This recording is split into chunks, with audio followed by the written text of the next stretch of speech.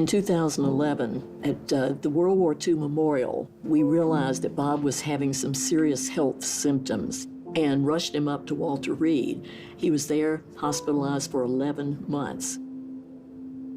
All around us, there were wounded, ill, injured warriors. Their caregivers were young spouses, the mothers, the dads, the siblings as well. Over those 11 months, we got to know many of them very well, and they were scared. They were really worried. What's going to happen when we leave the hospital? When we're back home, we're alone. They realized they were not trained as caregivers. They are not supported. I had been given a mission. You know, you've seen it, go do something about it. Wake up, America. Our nation's leaders must stand with America's military caregivers. Thank you. I realized we needed evidence-based research, and so I commissioned the RAND Corporation. They did a 2-year study and told us there are 5.5 million military and veteran caregivers, providing about $14 billion a year as an unpaid workforce. My father got severely injured in Afghanistan. I was just learning how to take care of myself. Now I'm responsible for a grown adult. On the days where my husband's having seizures, I'm of course hands-on. I have to administer medication when he's unconscious. I'm a driver, I'm a cook, I am the bill payer, all of those things, and I'm a mom. I'm a mom and John's wife. As a caregiver, you feel like you are literally carrying a 210-pound man through the days emotionally.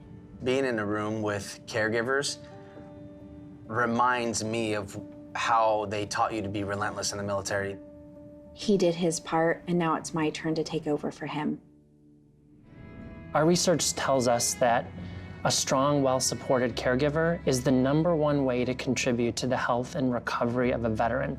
We've built a coalition of 300+ national, local, and regional organizations. We've vastly expanded VA services and support for caregivers. We have more than 150 caregiver fellows representing all the 50 states and Puerto Rico.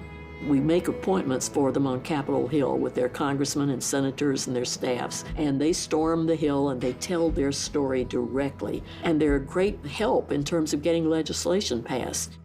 I am one voice among many who need consistent and compassionate help as we carry this heavy responsibility caring for our veteran. We decided to launch the Hidden Heroes campaign to raise awareness of the enormous contributions and challenges of these caregivers. America, these are your hidden heroes.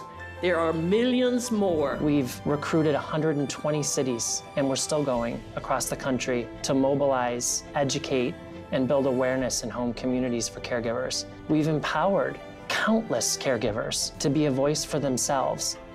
The Elizabeth Dole Foundation has put a face and a name to those who are caring for our wounded, ill, and injured service members. I know I'm not alone. It's a powerful, powerful thing. The foundation definitely empowered me. I feel like I'm stronger than ever. Kind of like Wonder Woman. Because of the Elizabeth Dole Foundation, when people think of veterans now, many think of caregivers.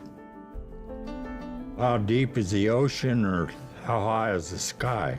That's how proud I am of my wife, Elizabeth.